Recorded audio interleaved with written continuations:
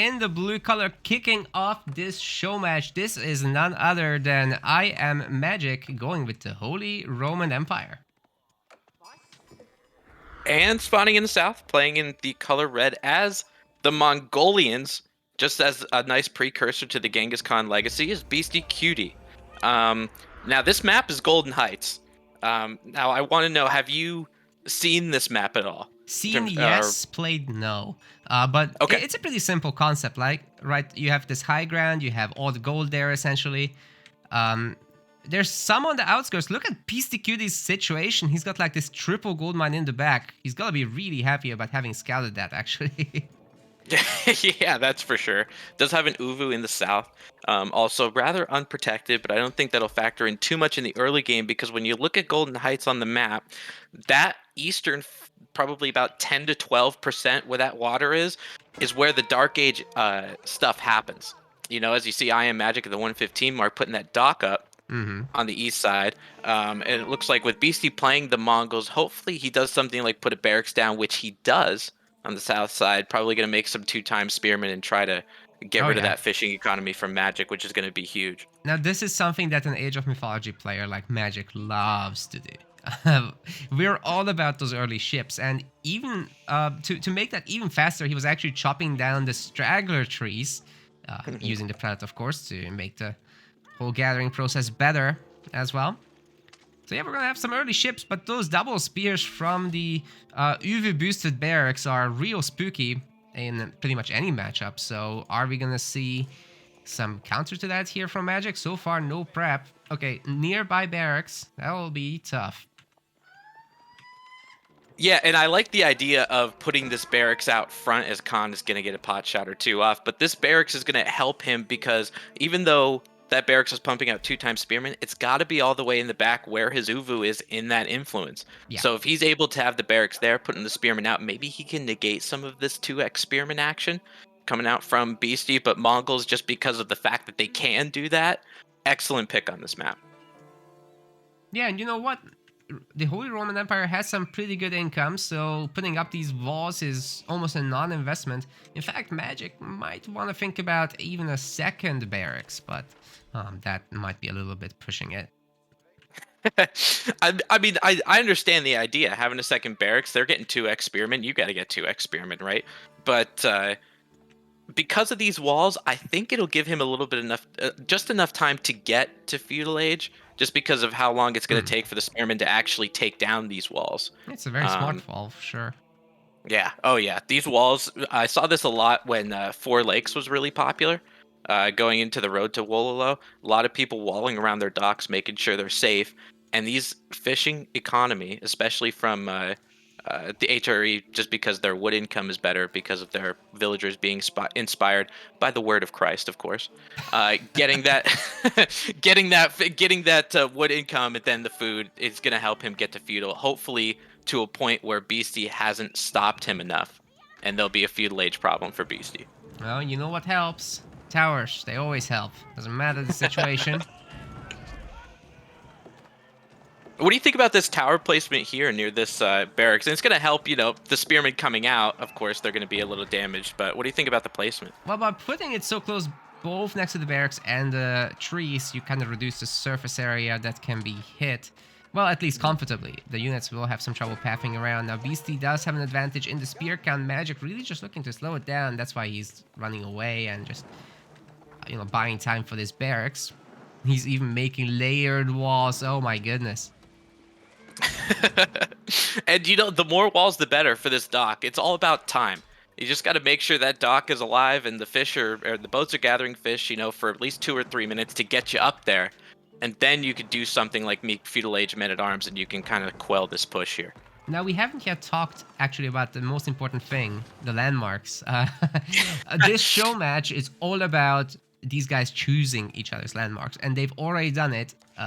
I am not aware of them. Are you, Tim? Or is it going to be a surprise in this match? I do know all of them. I didn't know if you wanted to keep it a surprise, but the most important thing before we get up to Feudal Age is the fact that Beastie pulled 2 villagers, chopped through those walls. If you can see that dock, and there's about 9 spearmen from Beastie just raining havoc over here. Villagers getting hit with spears. Doesn't matter if they're inspired. Pyrocry can't save them now, and this dock is going to go down in probably in about 45 seconds ish. Yeah, that's really tough. So best thing Magic can do at this point is use those fishing boats to drop off the cargo before this thing burns down. We'll have to time it nicely. But the spearmen are actually on a counterattack. Got a gold veil. That's not too bad. That's actually pretty important because those HRE villagers, obviously because of their inspiration, they are better than normal villagers, Mongols included. So the fact that he actually is at a villager plus, if he's able to carry that into feudal age, but the fact that his dock just got burned down is going to be rather difficult. But now that we're into feudal age, let's talk about the landmarks a little bit. I didn't want to cut you off a little bit. Do you want me to say all of the landmarks, or do you Yeah, want me to just do just it. announce them as they come? Okay. Yeah, we got them coming up now, but you can announce the So rest. So Minework Palace for IamMagic for the HRE makes sense. Aachen, one of the best landmarks in the game. He will also be going for the Regnitz Cathedral in Castle Age, and then the Elsbach Palace in Imperial if it gets there. Beastie, on the other hand, for the Mongolian Empire, will be going Deer Stones, as we can see. Magic Oh with my. his Minework just getting completed. The Kurultai in Castle Age, and then the Cognate Palace in Imperial. And based on how infrequently I see that landmark, I don't even know if I pronounced it correctly. Now, for the deer stones, that's not too unusual, right? Like you can at least do a trade strat with this. The actual trade post is in a really good spot as well if he goes to the corner. Yeah, the deer stones is something that kind of fell out of favor, kind of like early season 3-ish, just because of how good trade is in season 3. Mongols, they usually go for some kind of tower rush into Silver Tree, so the deer stones has kind of fallen out of the meta. What's nice about it though is it's not a bad landmark. It just so happens that the Silver Tree is that much better. Yeah, I mean you're gonna have to make a separate market, but you still get the yam bonus on them, right? Correct. If you Yeah. make the tower network. Yep. So with the deer stones, it instantly reaches the YAM network, so you don't have to pay for it. And also, as you see those villagers with the glimmering sheen that they have here from the deer stones, is they are moving 15% faster. So it's like a little bit of an extra wheelbarrow for them. Yeah, you guys can see how big the aura is, but yeah, that's it. That's all the bonuses Beastie gets for now. Looks like he's not too interested in doing much in H2, I don't think.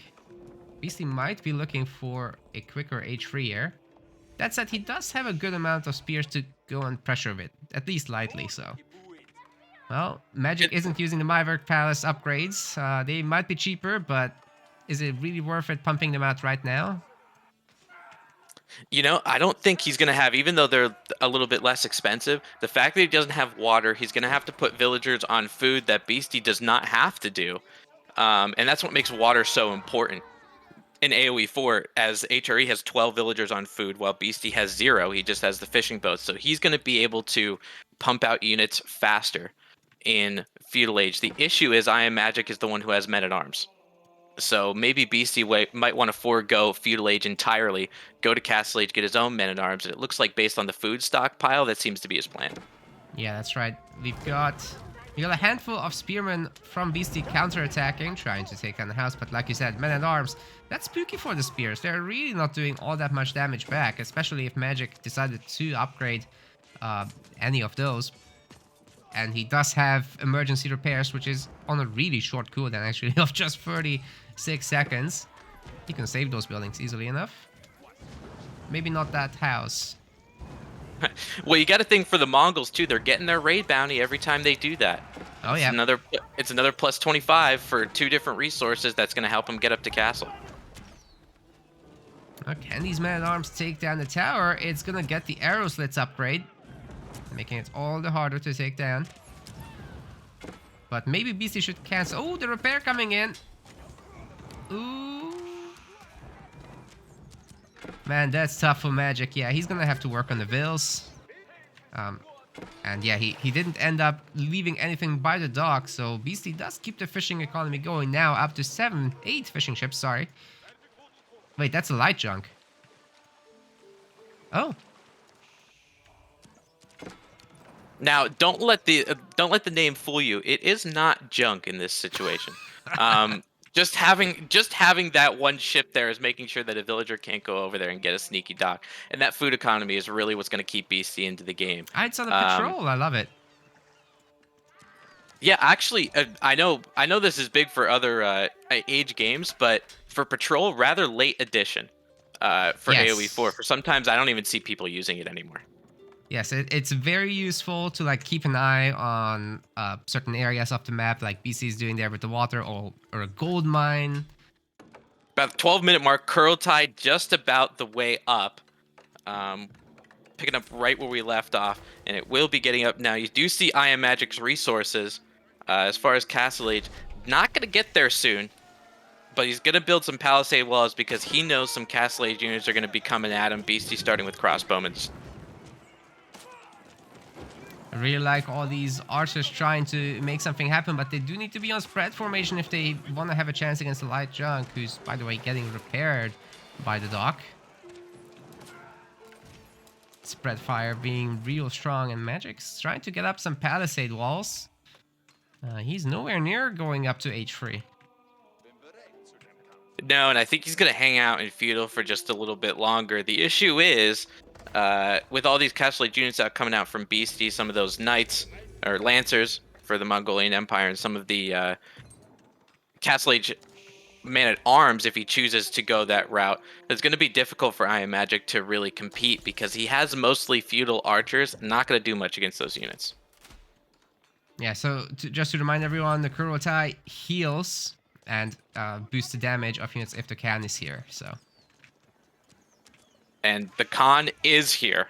So we're going to get that little bit of a boost there. And what's nice about the Kurotai too is it healed all those villagers back to full health. A lot of people think about it just with the army. It deals with all units, economy included. Yeah, for sure. And it's going to be a pretty big impact actually for these knights. Look at that +9 damage. That is a nice increase for sure. Yeah, So fighting under the Kurotai, terrible idea if you're IamMagic. But the issue is, I don't think he really has a choice here. No, he does need to do some damage at this point, right? So going after this Uvu base might be actually the thing. Beastie just got out a Shaman, which is looking for a relic. Looks like he is getting away from here. Here come the Lancers. And he only has maybe about, 3 or 4 Lancers, has some crossbowmen too, but just because of the amount of damage that a Men-at-Arms can do to a Lancer and what the Archers can, those 3 Lancers, if you look at their health, only one's at maybe about 35 to 40% health. The rest of them are pretty much unscathed, while Magic's army's getting decimated. Yeah, man, and that's without upgrades too, so imagine once these Lancers really get going with melee and ranged armor, it's gonna be wild. Yeah, and the Kurotai is just going to add some added value for Beastie because he's going to be able to put those back in the Kurotai, and then as long as they don't die, they're going to be able to heal to full health. It's kind of like a pseudo Royal Knight with chivalry. Yeah, for sure. And he's got the double outposts here, which both of them have arrow slits as far as I can tell. So that's going to be very nice. Shaman's coming back with 1 relic, denying that to Magic as he's got the... he's going to have the Ragnitz Cathedral as the 3rd age building, right? Yeah, he is going to go with the Regnants. I think my main question is when he's actually going to do so. Because it's military production. He's doing a great job for producing. The issue is his units just aren't going to be as good for him. People in the chat confused about why we have 7 boxes on the scoreboard. It's because if somebody wins a game, then they get a green box, and the loser will get a red box on their side. So just trying to show who won which game. Yeah, we're fighting for green boxes here, and it looks like in Castle Age, as we're seeing Beastie and Magic, it's looking more towards Beastie. However, Magic making the change, adding more spearmen instead of men-at-arms, and now you can see the Lancers actually getting hit with some health. Just because they're feudal age spearmen, they can still pack a punch against Castle Age units. Yeah, and they're hardened at least. They do have their +1/+1 upgrades as well from the Minework Palace. So actually that did get done, including the Archer damage upgrade. Mm-hmm. Melee damage as well. Melee damage as well. Very good. Now, the Mind Work is going to have some added benefit as he matriculates in age, because again, they'll still be discounted. But I'm seeing these farms around IamMagic's town center, and he's thinking, man, I would love an Aachen. I bet. Yeah, I bet he would. Especially with that gold mine nearby as well. Hmm. Would be really useful for him. He's still hunting out there, which is, at this point pretty much necessary. He's got 2 deer patches essentially. No access to that water still. And yeah, Beasty's like, I'm gonna take that sacred site. Makes a lot of sense. Oh yeah, just because of BC having those Castle Age units, it's gonna give you map control. IamMagic kind Yeah. of gave it up with those palisade walls, making sure his base is protected. On the flip side, he can just make sure he can get both sacred sites and really put Magic on a timer. The score difference is absolutely enormous right now. Not sure how accurate it is in this matchup, but I think it looks about right. Yeah, I know there's a little bit of score differences with the Mongolians, because when you pack a building and unpack a building, it counts as building another one. So sometimes the score gets a little misconstrued, but this time I think it's pretty on point. Well, ramps are gonna get made. That's a little bit ambitious, I think, Magic. I But would I would say ballsy, but yeah, I agree. yeah, do you think he's getting a little bit desperate here? Maybe trying to get some damage done. Oh yeah, for sure.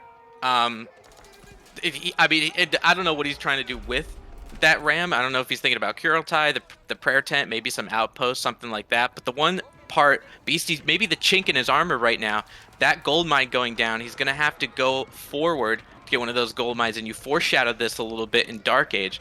Now that this gold mine is a little bit out of the way, it's gonna be difficult, and now there's gonna be a big fight over it. He's got enough spearmen for those lancers. Yeah, that's actually starting to look real good. They were braced for the charge. And Beastie isn't able to get too much done with them. At least it's a cost-effective trade for Magic-ish. Sort of, but he lost everything. Everything Yeah. is still everything, right? So Yeah, Beastie I does mean, take that one. your math checks out. Everything does equal everything, and I think it was in the back. The Lancers did a good job because with the Spearmen being in Feudal Age, they don't have as much health as a Castle Age Spearman or bonus damage, and he had enough crossbowmen in the back. As even though he doesn't have the bonus damage as regular archers, he has enough where he's able to one tap the Spearmen regardless. So whether it was crossbowmen, whether it was archers, it didn't really matter. And then you just saw that in the battle. They just kind of dropped like flies.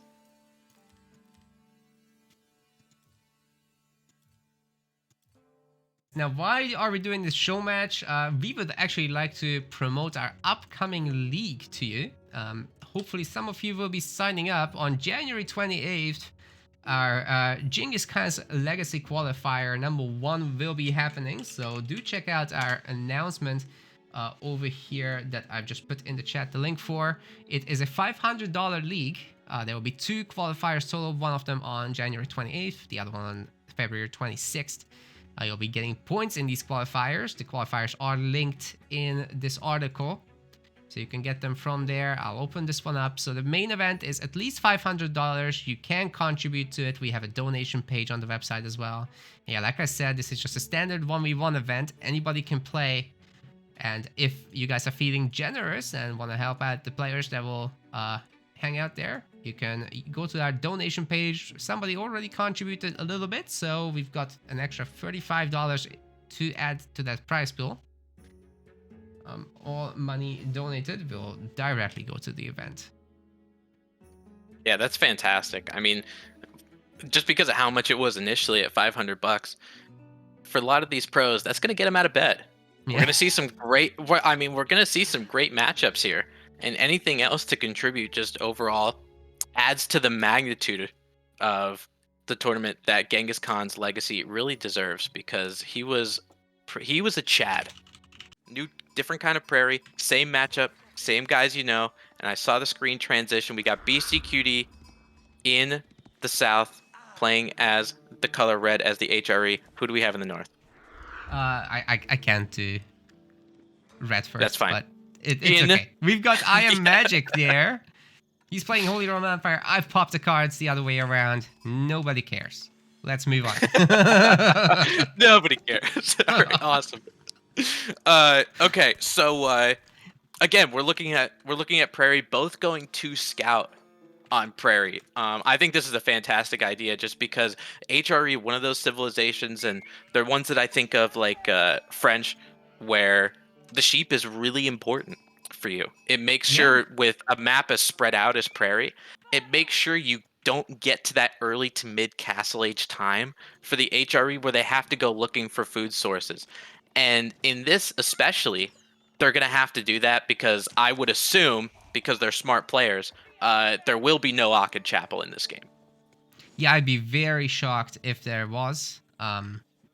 There's just so many spots that they could double or triple up on. Like, look at these berries, the wood, and the stone all in the same place. Like, yeah, you can definitely get things going there for Beastie. And for Magic, it's actually a little bit more convenient where you've got berries, wood, and gold. Oh yeah, this is now if I were to drop an Aachen, this would be a very good spot. Getting Mm-hmm. 3 of the 4 resources, of course. Does have a nice safe stone outcropping all the way in the back and a rather big boulder, that 2400 stone. Um, but now that that's not a possibility, and we're seeing 2 scouts coming in with multiple sheep, and it looks like Beastie did a good job of scouting. He went around Magic's base. Dude, It looks like for the first scout, and the way the prairie sheep usually spawn, it's usually around the other player's bases where the most amount of sheep are. But I uh, am Magic showing Beastie how many sheep that he has, trying to torch down that 24 house with. sheep. Yep, he's like 24. Nan boo boo.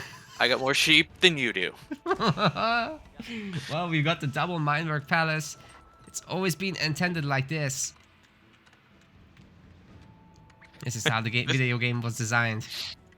It's almost like this feels like heresy. Seeing 2 Mindwork palaces on both sides for Beastie and IamMagic, and it makes you wonder, depending on what they chose for their castle age, because I'm thinking if they go Mindwork Palace, you got to check Cathedral, because if you go Mindwork into Burgrave, the devs really tried to push this build, and I don't think it's as strong, and neither do the pros. But a Mindwork into Burgrave could be pretty powerful in a mirror.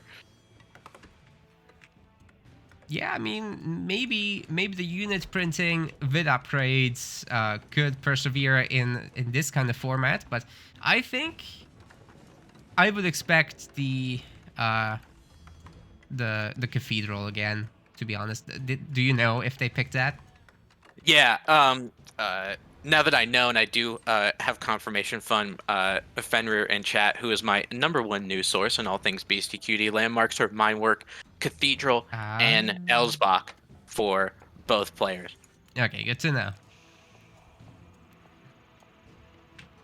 Says for those on Twitch who are just joining, they are picking each other's landmarks one by one. So trying to keep things fair and spicy. These are games you won't see in tournaments. I mean, you're seeing Mindwork come out for both players, and you're like, what is this? What am I watching?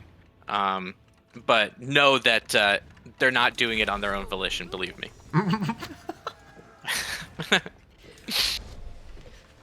Oh, marching drills is cheap with this. That could be interesting on such an open map to just run around. Yeah, and the HRE mirrors do become a little bit of infantry base, and I was talking to somebody just a couple days ago about HRE mirrors and how they actually come into play. And this one, I'm not going to try to pronounce it in German, so I just say land snakes. The land snake's super important. Want me to once teach you get you? to Castle. I don't know if we have that kind of time. But yeah, the land snakes are obviously good in castle. A lot of the times when you're going to castle age, both of them going regnants, those relics going to be rather important. Sometimes they'll go into knights just to make sure you have the map control. But as it transitions, barracks coming down for Beastie and for Magic, they're going to be more of a infantry-based build with feudal age men-at-arms coming out in the way of IamMagic. Yeah, absolutely cannot do a naked fast castle. It's just not gonna happen. So yeah, Beastie needs to respect it. Hence the barracks. Okay, picking back up at around the 640 mark. Why is it? Okay. Now, at 1 time speed at about the 7-minute mark, IamMagic's Feudal Age Men-at-Arms are going to have to run away a little bit. And again, just from Beasty, having a couple of these Men-at-Arms is going to help him protect this gold. Yeah, man, even the scouts are helping a little bit, and now there's gonna be a tower. The horseman is a little bit annoying, but I mean, we've got the prelate here to help with healing. Hard to out-damage that right now. Actually, Beasty has more units on location than Magic does. Got a bit of a flanking man-at-arms, trying to get something going with the woodworkers, maybe. And it's just about a little bit of that defender's advantage, right? Having the barracks right next to you. So he did have a little bit of time to make sure his men-at-arms numbers kind of evened out. And Magic, that little aggression that he had, to be honest, I think it's kind of null and void because BC's at 700 gold. All he needs is that little bit of food, and then he's going to go up.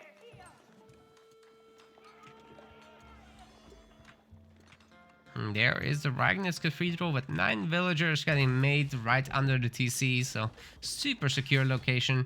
We got second barracks coming out as well.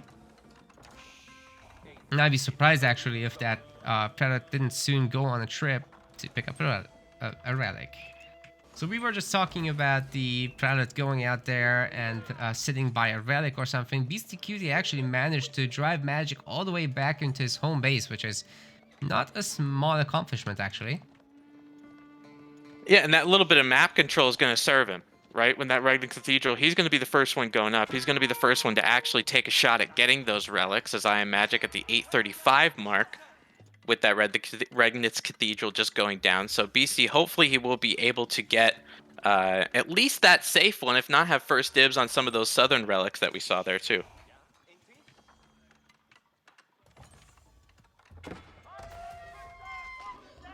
Oh, going for the boar as well.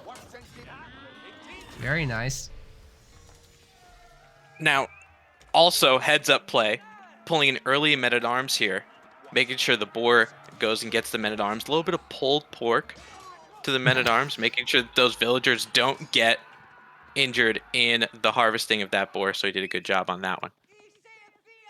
Well, Magic is sending out his prelate for the early pickup, but look at this. Beastyqt is already on it with the scout. Will this guy be even able to make it home? I don't think so. I think what he's going to try to do, that prelate, ends up actually retreating and going to the west. I thought he was going to try to pick up that relic and maybe do a Wololo, but having 2 prelates there is going to help him in the fight, and obviously some upgrades coming in on Beasty's side. He will be getting the Castle Age Men-at-Arms just a little bit quicker before Magic does. Yeah, he's got a relic for himself as well. It's just nice to have all these extra prelates. Getting the second relic right now. And that one, for how quick it is, it is going to make a difference. Magic's first one is just about ready to get dropped in. Beasty's second one just got picked up. And IamMagic's troops just going to be a little bit too slow on the pickup.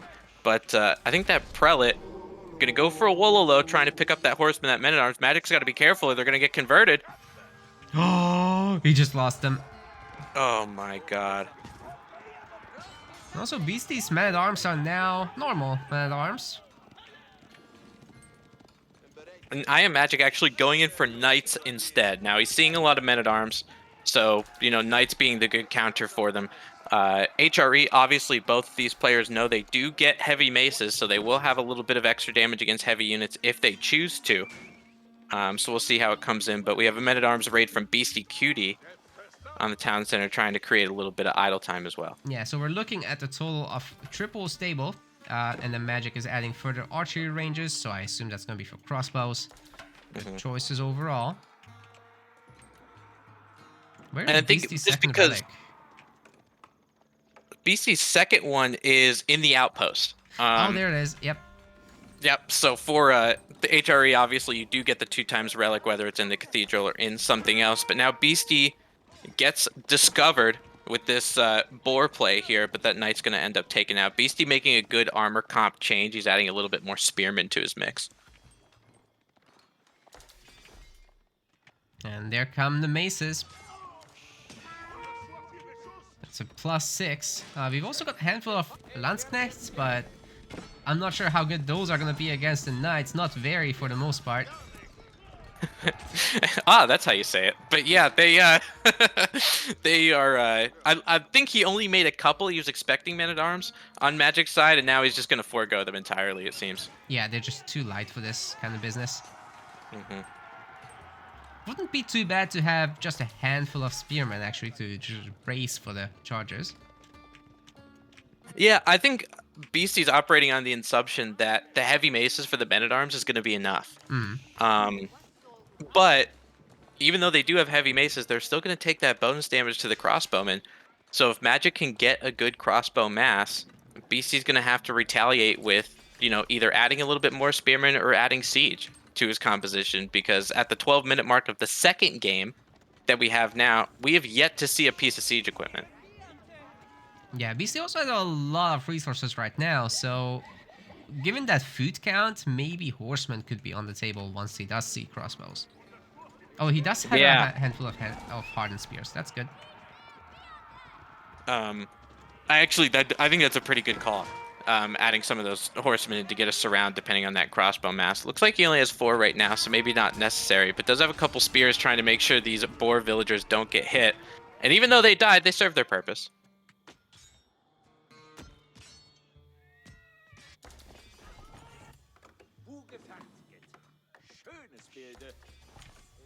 Okay, Magic like transitioning to the farms now. It's quite a lot of them.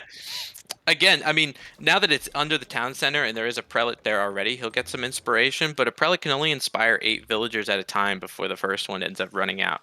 So you will need maybe 1 or 2 prelates over there to make sure that farm economy gets bolstered. On the flip side, BC's adding his 4th barracks, and it looks like he's doing the HRE strong suit, just going all in on that military.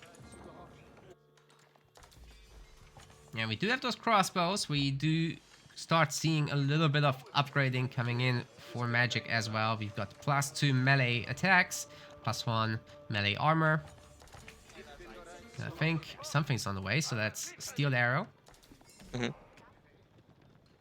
Yeah, and who said the mine work wasn't good? Getting all of them at a rebated cost, man, that's got to be better than Aachen, right? Right? Naka, right? I mean, it's better than nothing, that's for sure. That's true. Yeah, it's better than no landmark at all. On the flip side, I do see now Magic continuing with Knights, and I understand why he's doing that, but there is one shocking difference, and Beastie's adding prelates into his army. I don't see any prelates from Magic right now. Yeah, they're a really nice addition here, not just for the healing, but also for this inspiration where they gain 15% damage and 1 armor.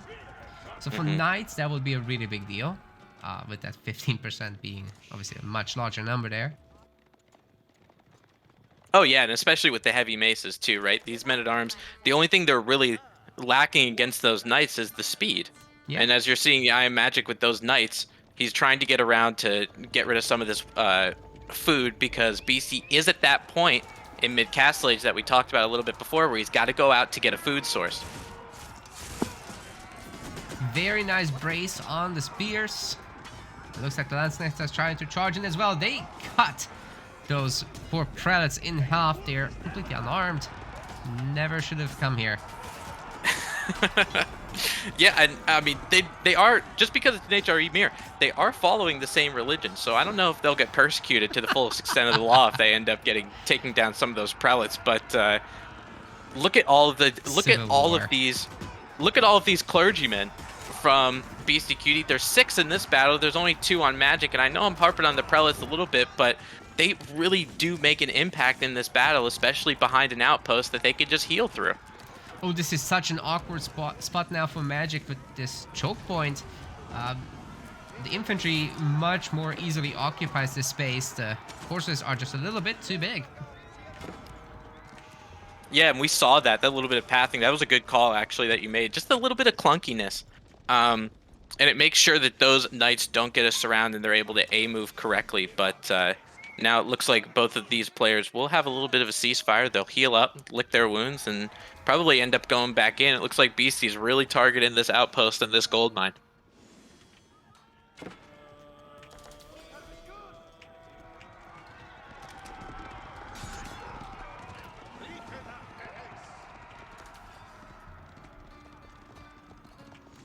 It looks like army counts for both players continuing to stay the same. IamMagic going with crossbowmen, but as soon as I say that, does have a barracks is going to go in with a little bit of land snakes himself. And when you have an infantry dominant composition from Beastyqt as far as those spearmen and those men at arms, those land snakes having the ability to actually hit 9 or 10 of those units at the same time, because again, because those infantry aren't clunky, they can really bunch up. And because of that ability to bunch up, the land snakes will be doing good. And Beastie adding mostly a lot of his own, and just because he has all the barracks, he will be able to do that rather quickly. Is going to stop a night raid from IamMagic going down in the south. Not many worker kills from both players, only 2 for the form of Beastie and 1 in the form of Magic. So as far as Vil counts go, rather stay the same economy at 54 to 51. Wait, where are these Vils going? Are we looks like slapping down a castle here? Yeah, it looks like because he's got about 1,300 stone, he's going for a face keep. Oh my god. And I'm telling you right now, this is what makes casting the show match worth it. If I saw one face keep, I would have been happy. People at other casting things that I do, like Rising Empires, know that a face keep is my ultimate place of happiness and satisfaction. And it looks like because of how many are there, and there's not a lot of knights back here that are going to take down those villagers, that keep looks like it's going to go up if BC's able to hold this front. Yeah, I don't even think the keep was super necessary, but it's certainly going to help. Beastie does eliminate essentially all of the knights of IamMagic here, and the Landsnachts are trying to get on top of the crossbows, but they're just a little bit too numerous, so yeah, gonna have to rely on that castle. And you see, Beastie did that. Oh my god, this is what Beastie does so well. And what I love watching him do is he knew necessarily he didn't have to win that fight. There were crossbowmen in the back, and it was going to be very difficult to actually get to that crossbow mass. And it wasn't about winning, it was just stalling. And now that this keep is up here, there's 2 archery ranges in that keep's range. There's a barrack, so you could probably be able to pick off maybe 1 or 2 units out of the stable. His production has to be remade for him to actually mass up army. And what's better than 1 face keep? You might as well double it. Yeah, like you said, all this production is essentially useless as they'd be peppered by arrows as soon as they pop out of their buildings. Now the villagers are under attack by some knights though, so it's having to come around to help. Yeah, they are going to back up just a little bit, but now it looks like for Beastie, it's almost like a 1-to-1 ratio between the amount of prelates and the amount of units. Which means everybody can get healed full time. Oh yeah. Oh yeah, everybody is absolutely inspired. And against these knights that have that much health, that extra damage is really going to help you. Even for these men-at-arms having that increase from the heavy maces. It looks like Beastie is going for more of a keep-focused approach, and those villagers look like they're trying to find a different place to put a keep. IamMagic trying to retaliate with a Treb and a siege workshop in the back. Yeah, he's really not having any of it. Having to push back against these keeps right now is probably the most important thing. Beastie is upgrading though, Springald emplacements and whatever else he can get. The other one is actually getting boiling oil right now. Now, look what he's doing here on absolutely perfect timing. Oh my goodness. He knows that there's 1 Treb taking down the South Keep, and what does he do? He builds a town center. Why is the town center important? Because it extends the influence of emergency repairs. By the time this town center gets up, that keep's going to be at probably about 30%-ish health. Second Treb, so it's a race against time for sure. But it does look like it's got to unpack. It's got to do something. Oh, it's still not packed. Yeah, that's a problem for Magic for sure. But watch this timing. 1,500 town center goes up. Boom. There's your repair. Yeah, this will stay up for a really long time. Beastie actually capturing all the sacred sites at the same time. Oh, the prelate is not actually standing on the 3rd one. So close, yet so far.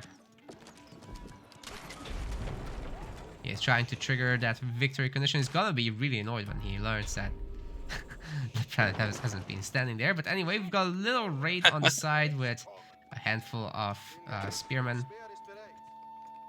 We'll find the wood villagers for magic. And this is important because Beastie knows what map he's playing on, right? Excellent pull by Magic. There's so much going on, and your ability to pull like that immediately is fantastic. Beastie knows that his APM is taxed and is going to try to take this fight against those Trebs, but he's going to have to back up. He doesn't have the units for it. Yeah, he does end up losing the castle, but there's another magic now with 3 Trebs. Now that can rip through an emergency repair. Oh yeah. But because of these, you got to think about with Beastie, a lot of the times, you know, his opponents are playing checkers and he's playing chess. Now that this keep is taking this gold vein out of contention, you got to be thinking, if you're Magic, where like, he's got to be getting gold somewhere. You know, and Prairie having all of these out pockets of resources that are so far from the map, it's easily raiding territory for Beastie, and it looked like he was trying to do that before. I'd really like to see him do it again. But it actually looks to me like Magic is just relying on his triple relics, and then that's that. But Beastie has 2 relics himself, right? Plus the triple sacred site. He can actually probably stop gathering gold. I'm not even sure he has anybody on gold. If he has 0. Oh, sorry, he has 12. Yep. He has 12. I was looking at Magic. Yeah, it does look like on this in the south there, Beastyqt has a gold mine. But if you're looking closely for a sacred victory, we're hitting about the 8-minute 30 mark, which, you know, obviously it is a lot of time. But having all of this going on in Magic's base, one of the things, the best defense is a good offense. If Magic is so concerned with his own base, he's not going to be worried about the sacred sites, and that timer's going to go down pretty quick. Ooh, the repair on that second mangonel coming through. Now, let's see what they can do. So far, they've delivered a bunch of hits. Now, the prelates will keep healing each other up, but the trebuchet actually cannot really take this kind of punishment. Not for long. Magic does, however, have spring ult, but so does Beastie.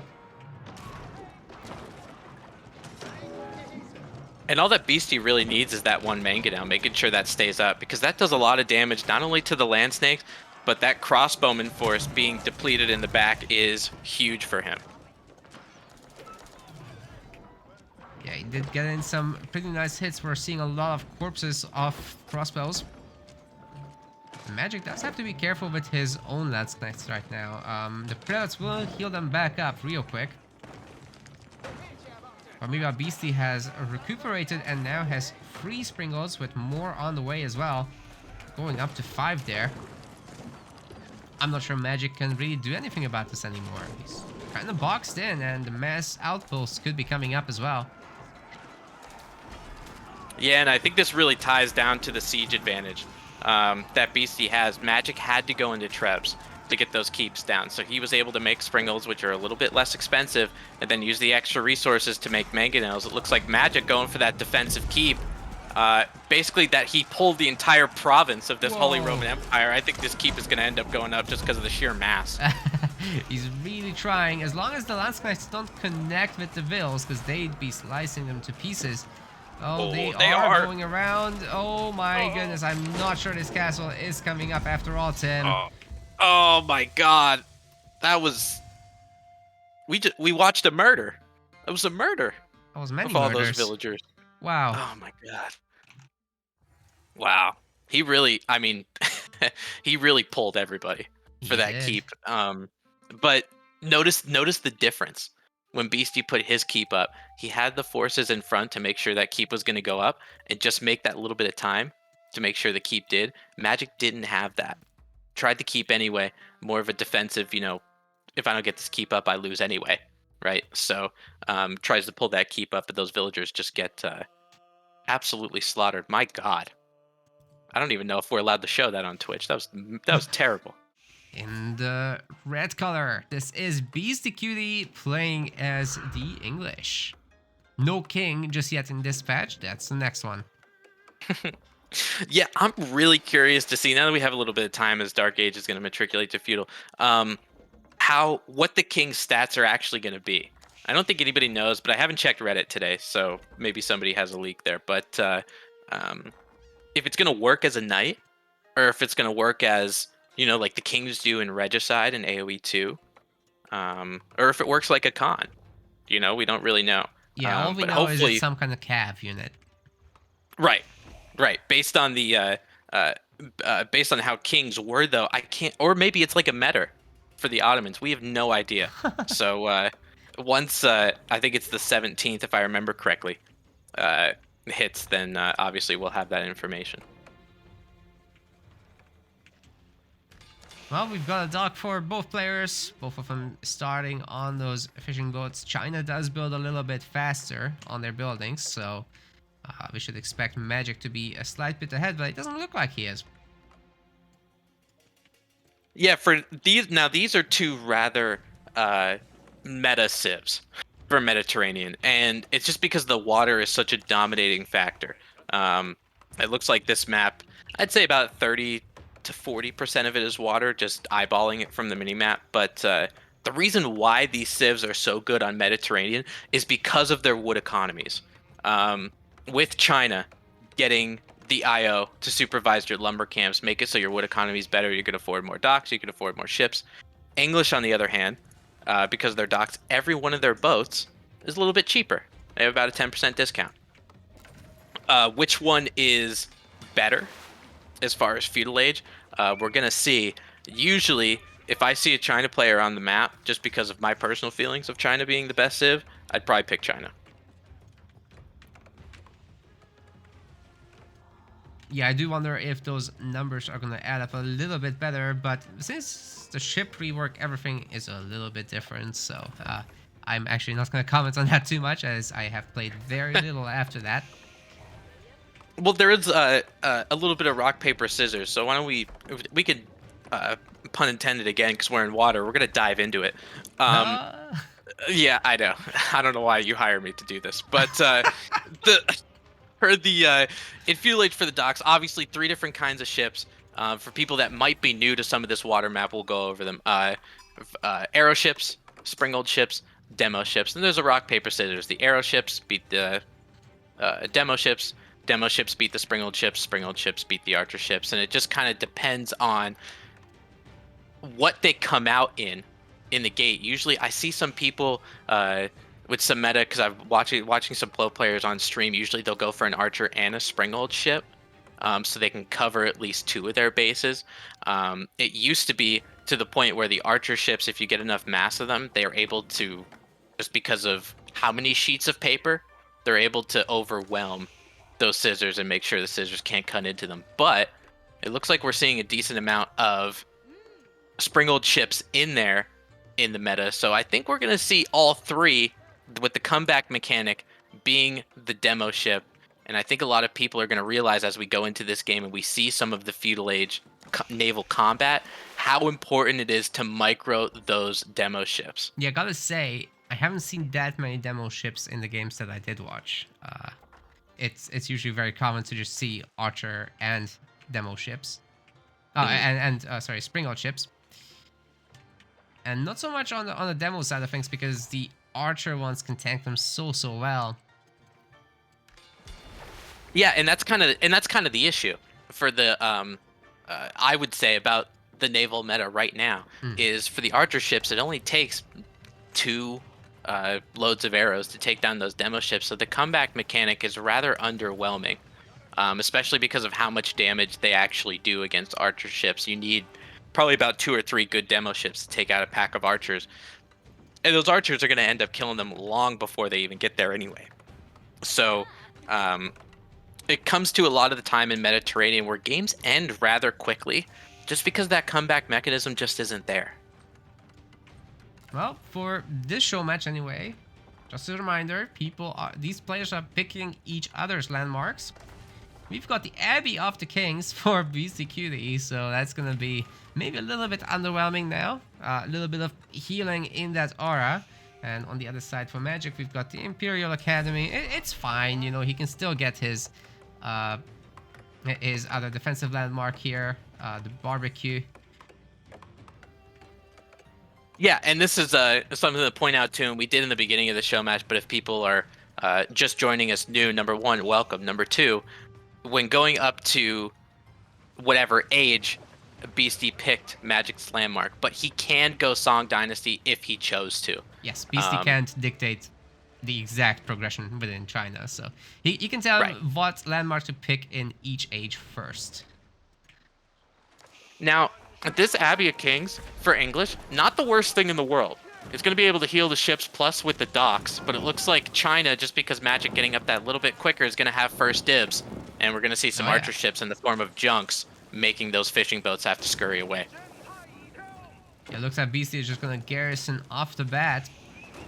And those fishing ships are getting kind of hurt. There's no garrison space for them either, so I think 2 of them will be killed here. Maybe 3. Abbey of the Kings helping now as well to heal. Oh, it's not enough. Got the first Hulk out. But there's a War Junk to counter. Yeah, and it's just in time, and I know based on the old naval meta, Hulks were better than war junks and all that kind of stuff. It's just what they're called. They're exactly the same. If you click on both of them, you'll see the stats rather the same. Yeah. But because Beastie put that Hulk out, those archer ships do have to go away. Fishing economy is safe, at least for the time being. And now that the first Springolds have been flung and the first arrows have been shot, there's going to be a little bit of an army composition difference. Speaking We're of going to see. arrows, sorry to interrupt here, but Beastie Oh, sure. is proxying his barracks and he's making early men-at-arms to try to bully the wood. But Magic has 2 towers, he's fine. And that's man, and that's what really bothers me with China, right? Is how quickly they can get those outposts up. Yeah. You know, because Sure like he can. probably saw these men at arms, and there's only 3 or 4 of them. They're not much of a DPS unit. They're more of a tank unit, and they're able to just pick up those outposts. Like I swear they just took wood from the trees and just made an outpost with it. For how quickly they're able to do it. You know, but because Beastie did that, and Magic had to make those outposts, that's a little bit of wood you'd rather put into ships. But Don't instead, worry, they're Tim, outposts I that aren't cry doing about- anything. I cry about Chinese castle drops all the time. Nice, same, good.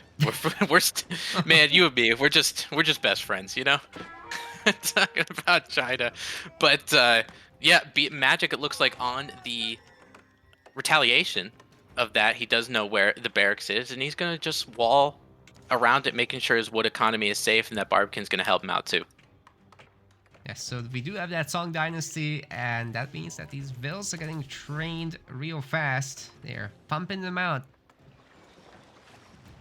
And really, because of Song, that one TC, I know a lot of people go to TC Song, but on Mediterranean, when you really got to use all of that wood to making a navy, a 2 TC Song, probably not even worth it for you, as we see the Vil count going +4 in the favor of Magic.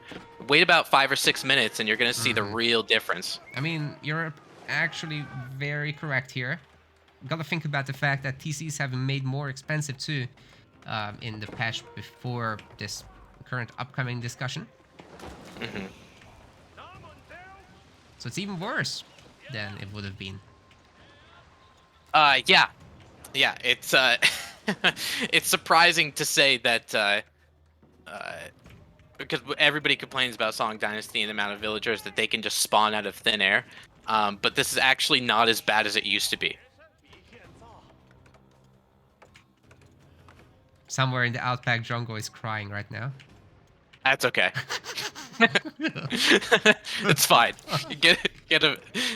I love Drago, but for how much I don't like China, get him a tissue. It's fine. Actually, now based on, I'm expecting a lot more feudal naval combat, and as we hit the 10-minute mark, there's only been one little skirmish. IamMagic not going too much in the navy as compared to Beastie. It looks like Magic going for more of the demo ship route. He must feel like he's behind.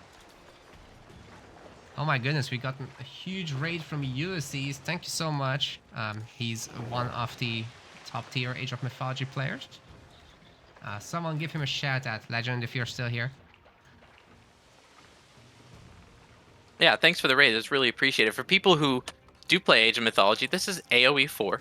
And we are in a show match between 2 of the best players in the world, Beastyqt and IamMagic, playing on Mediterranean, as you see the lovely shores that we have. Now, getting back into the cast here, it looks like Beastyqt trying to get these early men-at-arms to just make a little bit Oh of man. idle time. Oh man, those But Hulks have to run. Here oh, they you look at come, all the the explosive oh my jumps. god. And it Magic looks waiting a like lot. Beastie only has like 3 archer ships. So they're gonna have to come by and really help him out. These Hulks are dead. Actually, they're kind of getting blown up. The Hulks made it somehow, for the most part. Wow. Yeah, I was expecting a lot more shipwrecks, but it looks like there Yeah. were only about 2 or 3 Hulks were hurt, and that comes to the point of explosive junks. You know, he There's had more. 8 of them. Oh, but those aero ships, man, the galleys absolutely taking down the demo ships. Not much happening there in the end. Beastie still has the numerical superiority, and he's got some fishing ships to help with the repairs. He's still not been able to break through the wall, not even close. Magic has horsemen behind this. Now H3 is gonna be far away for both, so we can see some extended fighting over the water for sure. It's looking to be pretty stable. Yeah, I think those demo ships, just because of how many there are, actually brought him back in the naval game. It looks like Beastie's going to have to get some archer ships out there, and it looks like the only one that he had just went down. And because of that, these explosive junks could really get a good shot off if they're careful.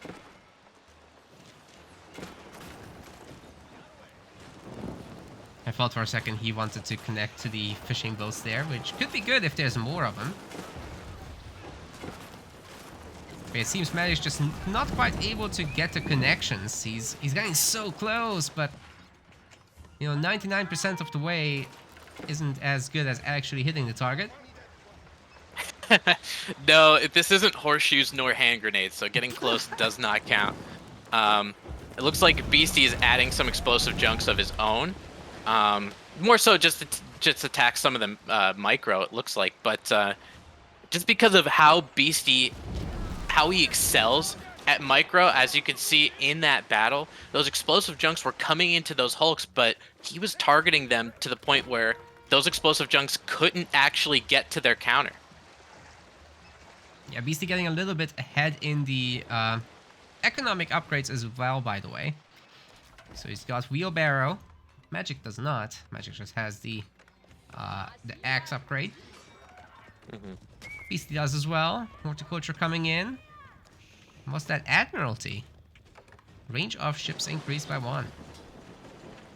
Yeah, and that's huge for English. And now with the Admiralty bonus, you can see why Beastie was going more into the Hulk route, because you're able to, even though those explosive jumps are coming at you, you're able to snipe them from farther away.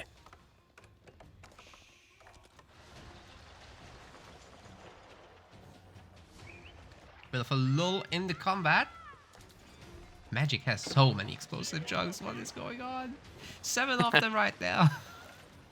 And you got to be thinking of who this lull is benefiting. Definitely Magic, because of the fact that he has Song, and just like that, 5 or 6 minutes later, just like we talked about before, IamMagic having a 16 plus economic lead with the food by the fishing ship being able to stable that Song dynasty. But here we go, another big battle. Oh, look at Beastie just flanking this whole thing with his own demo ships. By the way, how are demo ships against demo ships? I haven't seen them in a while. Not that great. It's just basically 2 rocks just beating each other in the head. It doesn't really do too much. Look at that. All it took was 4 archer ships, and all of those explosive junks were essentially just explosive losses of resources. We've got a little bit of a counterattack from Magic. The horsemen are going after the Woodvales, but Beastie meanwhile winning the water pretty convincingly, if I might add. Like you said, the prevalence of galleys and hulks is definitely showing itself here. Yeah, just a really clean micro retreating all the hulks. You might lose a handful here. But we've got Now, some 6 splits. Actually, now only I one really, goes down. Whoa. I really like the cheeky play that Magic did, where he put all of his fishing boats with the explosive junks and came at them, because when the fishing boats start catching on fire, they look pretty similar. Beastie's not fooled though. Yeah, Magic still trying to pump out stuff, but he's getting naval arrow slits on one of these. And to be honest, those naval arrow slits are probably some of the best comeback mechanics that it has in terms of naval warfare. Although, based on how many hulks and how much damage these docks are taking, I don't know if they're all going to come up in time. Oh, he's getting a real sick connection there. That's 2 hulks killed and several more heavily wounded. Yeah, you really don't want to overstep here if you're Beastie. You're right in the wheelhouse of those explosive junks. You get close enough, you might not have the time to actually turn yourself away. And these are some of the best explosive junk hits that we've seen throughout the entirety of the game just because of Beastie taking down these docks. Yeah, well, now he's blowing up his own explosive junks on the dock. And there's only 1 left at this point.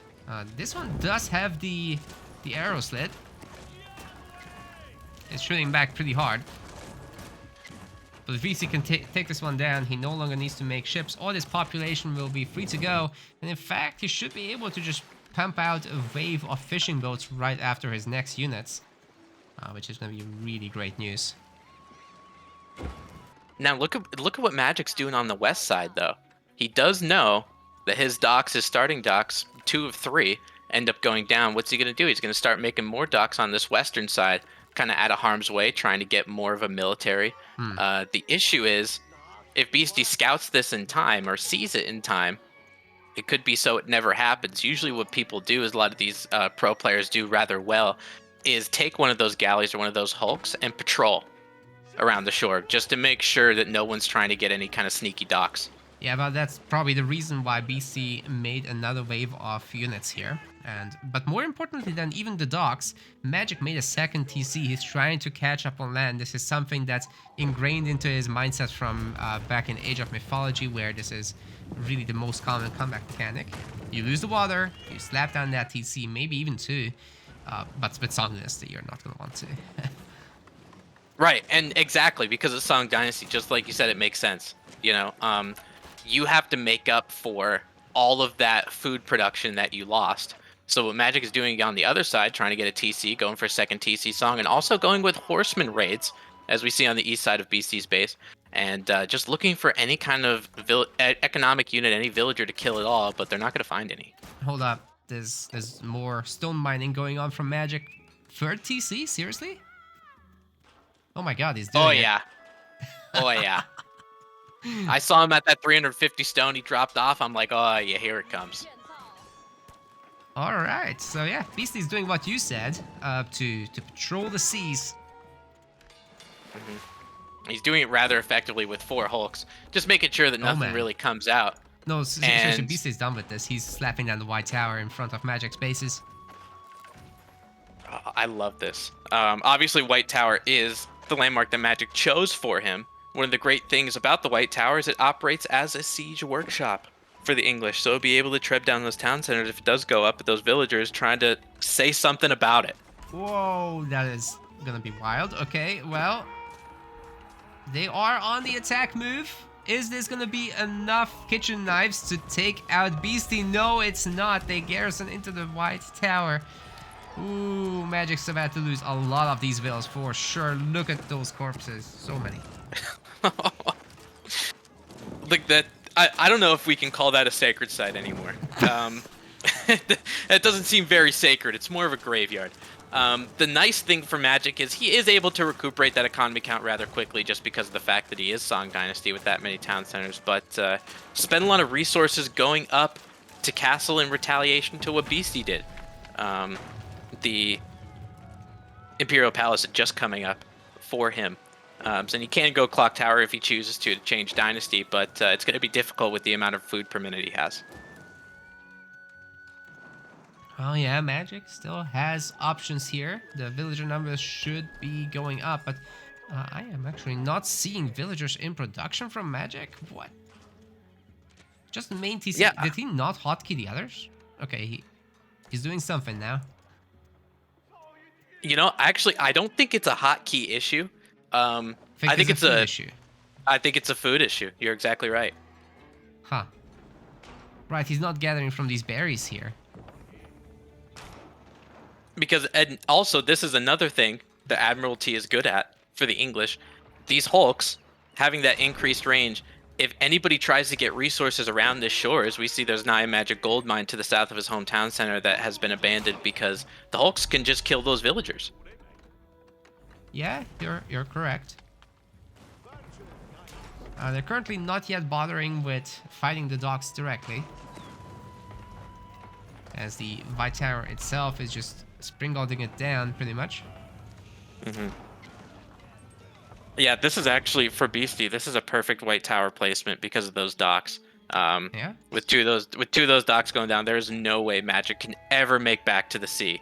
Secures the And sacred side too, and he's capturing them, and he's walling off the other side. There are some side-built stables. Currently for horsemen, I would have expected some knights here, to be honest, but it's gonna work. All he wants is just get rid of these gold wheels. Yeah, I'm really curious to see now that he's trying to stabilize his economy as best he can, with the economy count at 81 to 79, surprisingly, with how many ended up going down on Magic's side. For his army comp, however, to get some of these sacred sites, he's got time to make an army. I just don't know if it's actually in time, because Beastie does have the resources to go to Imperial if he wants to, and he does with the Berkshire Palace right next to the second sacred site. Yeah, these are going to be super heavily defended now. So I guess we're not going to see any siege production just yet from Beastie, but I assume eventually he will do that. Right now, the horseman raid has happened, pushing off the gold villagers of Magic, running right to the towers. Yeah, they have to make more towers now by that gold mine too. And this is just good idle time. You know, you put your opponent on a clock. How many? That's 10, 25 idle villagers right now. You can't make a good military if you don't have an economy, and this is just biding time. Yeah, Magic's trying to get some land army going with the palace guard. Seeing some other stuff in production as well, like lancers. And we got some Vololos in the bottom. Is Beastie just showing off? a lot of people think it's BM, and I was one of those initially too. I was like, oh, you know, look how many relics I have, blah blah blah.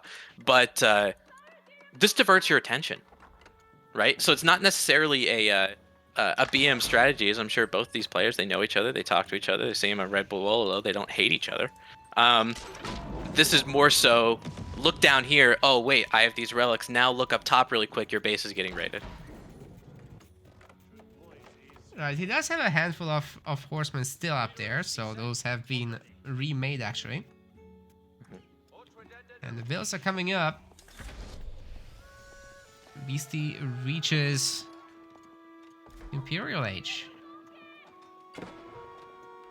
Yeah, with that Berkshire Palace going off, and those arrows have the range of essentially an intercontinental ballistic missile. And those arrows will be able to, around where these stone walls are from Beastie, they'll be able to take shots at it, because man, those, if you ever watch that Berkshire Palace shoot, man, I swear it could hit all over the map. I know I'm hyperbolizing, but well, there's some siege weapons now for Beastie. He's doing something with the mango now, actually not hitting anything. Guess he was thinking the villagers might be gathering wood there, but they're not. So yeah, for now, trebuchets, they're doing the work. TC won't live too long.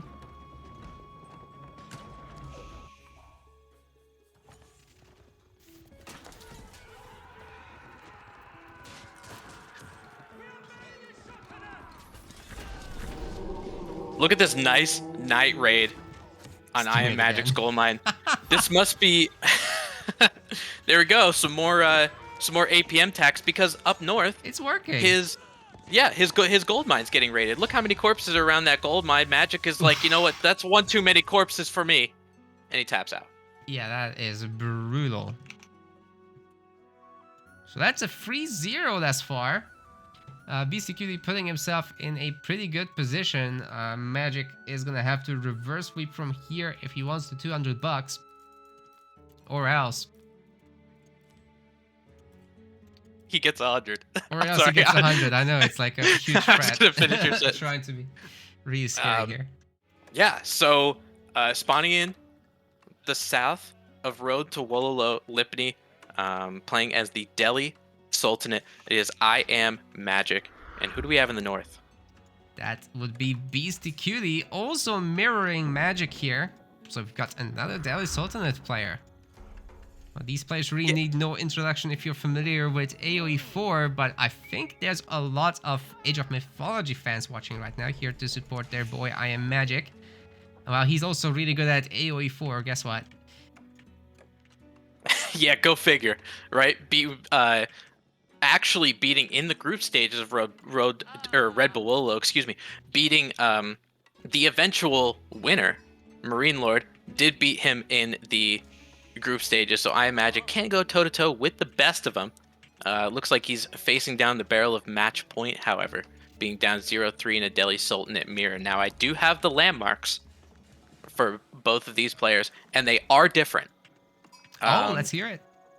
So for Magic, he has to go Tower of Victory in Feudal, House of Learning in Castle Age, and Palace of the Sultan in Imperial Age, which, if you did not know and you're an avid AoE 4 watcher, Delhi can go Imperial.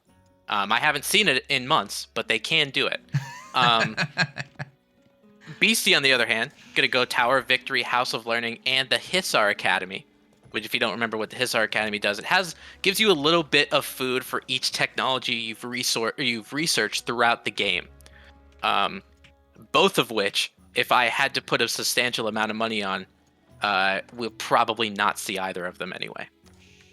Yeah, if I recall correctly, it's just not very much food, right? So like the only reason you'd go Imperial would be for bombards. Right. Hand cannoneers, I guess. And that's true. But you need an extra 9 minutes to research chemistry anyway. Right. So, Imperial Age's not much there, but Basura says something good in chat also, where the pup is going to make Delhi hopefully a little bit stronger. That's right, when it comes to Imperial Age. It's going to be a unique elephant there. Getting pupped Yeah, out, right? you could strap some guns on that baby. Hell yeah. That's what I'd like to call an American elephant. I'm American. I'm American, so I can say that. But you could put one of the research, put some hand cannoneers on it, which is fantastic. So we'll see as the pup goes into next week on the 17th. We'll see how good those elephants are when they're strapped to the nines with their Glocks out. But Tower of Victory coming out for both players at rather good timing, good build for both players. I'll be interested to see how that will be used here. Basically, you gotta park units around it, and then they'll be getting an attack boost, if I remember correctly.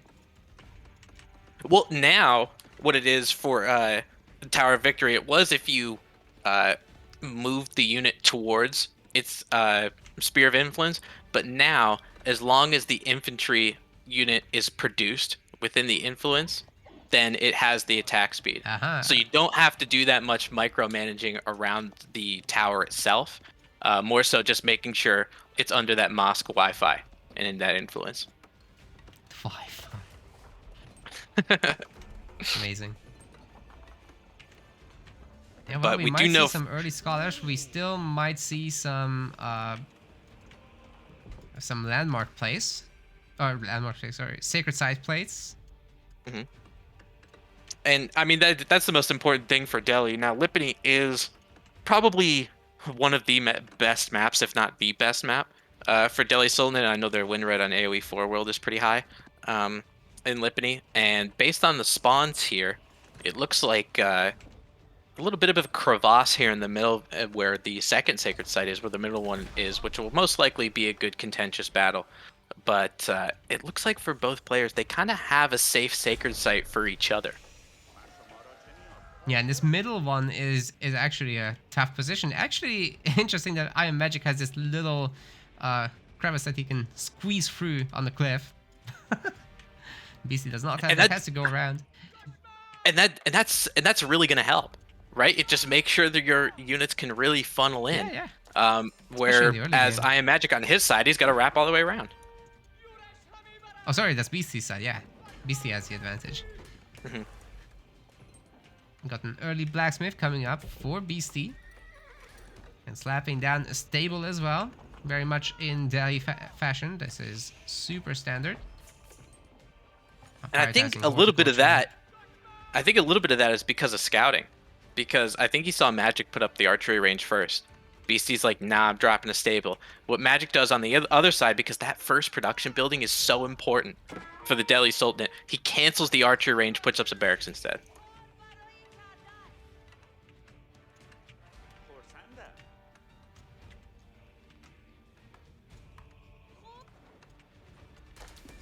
Magic looked like he's going a little bit greedier.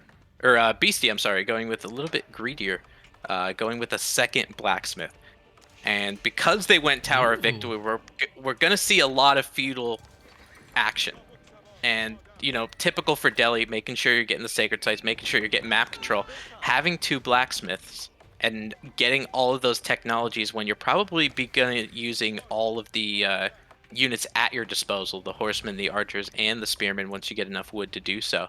Um, Having all of those blacksmith technologies is going to really help you once those battles for feudal age start. Yeah, now one interesting thing for BC is he's actually putting a scholar into stable, so the units are getting trained real quick. The horsemen are also gonna get a +1 ranged armor upgrade, but it's gonna be a while. And Magic right now not really bothering with any ranged units. It's just the TC fire that will help against. Also, Beasty got textile for himself in case there's a counter attack, so some very good foresight there. Magic's walling off the little gap. Awesome. And that's one of the things, and that's the really good thing about Magic going with infantry first. Because Beastie had to go in the horseman just because he's on a horse, can't get off the horse and start building walls. Delhi, this particular Delhi build with IamMagic, he can. So able to wall that off is going to be super important. And it could provide safety to get that second sacred site off. And he's even walling that little bit of a peak hole there in the middle of the mountain range. Yeah, Beastie is trying to go for it as well. He's got several scholars himself, and now pumping out tons of archers. Those will be there to counter any spearmen that Magic has made. Overall, ending up in a better composition. So Magic will have to respect this and answer with something horseman-like. Where are the horsemen for Magic? It's gonna be a problem. Yeah, it looks like Magic does have a stable. However, it doesn't have the food per minute in order to produce them. It does click up his first one, but this is why this matchup, this mirror, always goes into a 1-1-1 build with stables and archery ranges and horsemen, because you just end up eventually countering each other to the point where you have all three of your units. Yeah, exactly. Do you think Beastie will actually skip on the spearman here? Because since he only has the 2 blacksmiths, might make sense to. Yeah, it looks like instead of putting down the barracks, he put a second archery range down and making sure he has the archer mass for it. And the reason why, it seems like, is just he's just really relying on that Tower of Victory. You know, if the if the archers can shoot a little faster, maybe he doesn't need the spearmen, and the archers can be enough of a tank for him.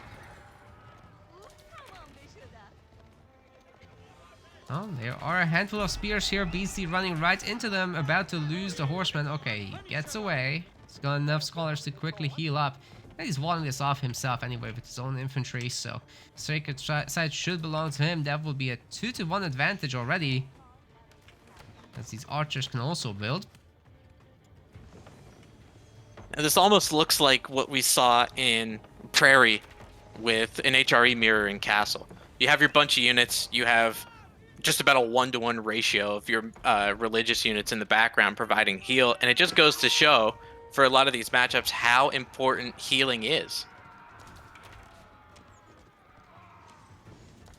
Yeah, Magic's certainly on the struggle bus. He does have a second blacksmith in the end as well. trying to catch up there, as well as with the archer count. He's gonna have a double archery range. Would like to see a scholar in those to speed up the production, but maybe right now he doesn't have quite the eco for that, especially the wood.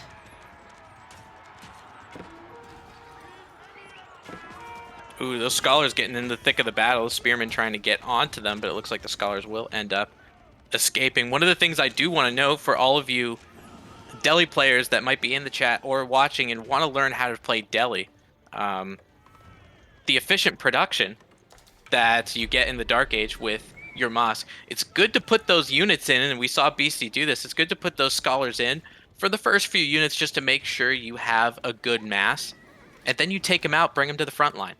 Both of these players are doing that. They have just about an equal number of scholars, and with the second mosque producing scholars while the first mosque gets all the technology.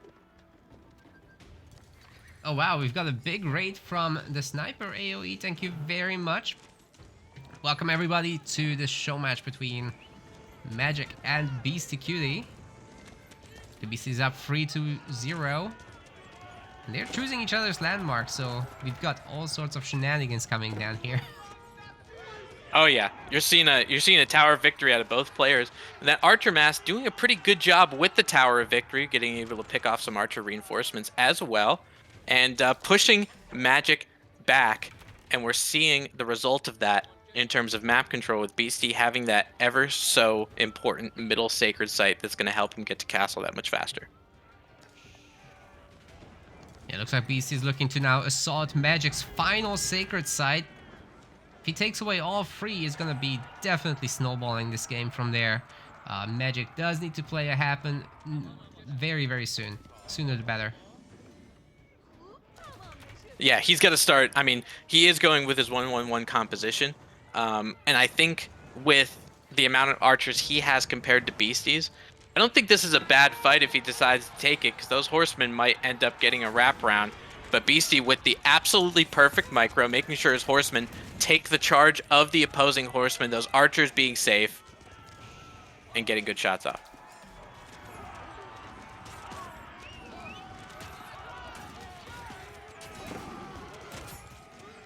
Ooh, the numbers are still looking real good for Beastyqt. All those scholars are healing up the scouts and the horsemen on the front line. Magic's line is slowly but surely collapsing as Beastyqt is sniping the scholars that are in the blue here.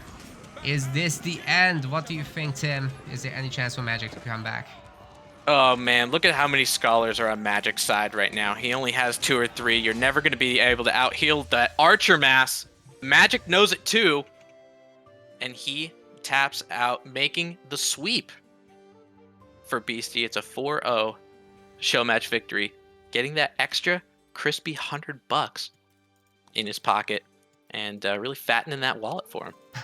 Magic still walks away with 100 off his own, though, so it was not all in vain, and at least he put up a good show for us here. So thank you very much to both of these guys for playing, and GG's.